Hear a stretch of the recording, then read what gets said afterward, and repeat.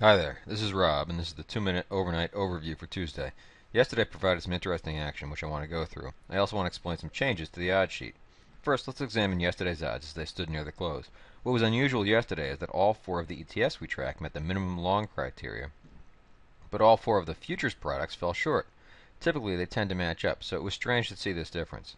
The difference did give me pause when considering an overnight position. I typically pay most attention to ES, since that is the security I favor for trading. Internals were strong for ES, but price action provided only mildly bullish odds, and seasonality was weak.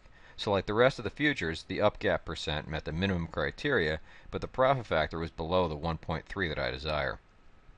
There was one bullish study identified by the Edge Finder, but overall evidence simply wasn't strong enough for me to take a position. We also looked at a number of studies in the trading room that were related to the large move in the VIX.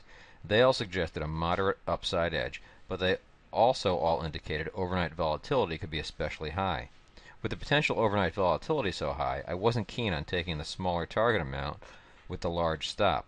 I indicated that if I were to take an overnight position, I would probably use a target between the standard and the X target to improve my potential risk reward. But as I said, the odds weren't quite strong enough, so I ended up sitting out. Before I show overnight action, I just want to highlight the new changes to the odds sheet.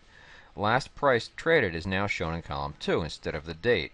For ETFs, this stops updating at 4 p.m. For futures, it stops updating at 4:15 p.m.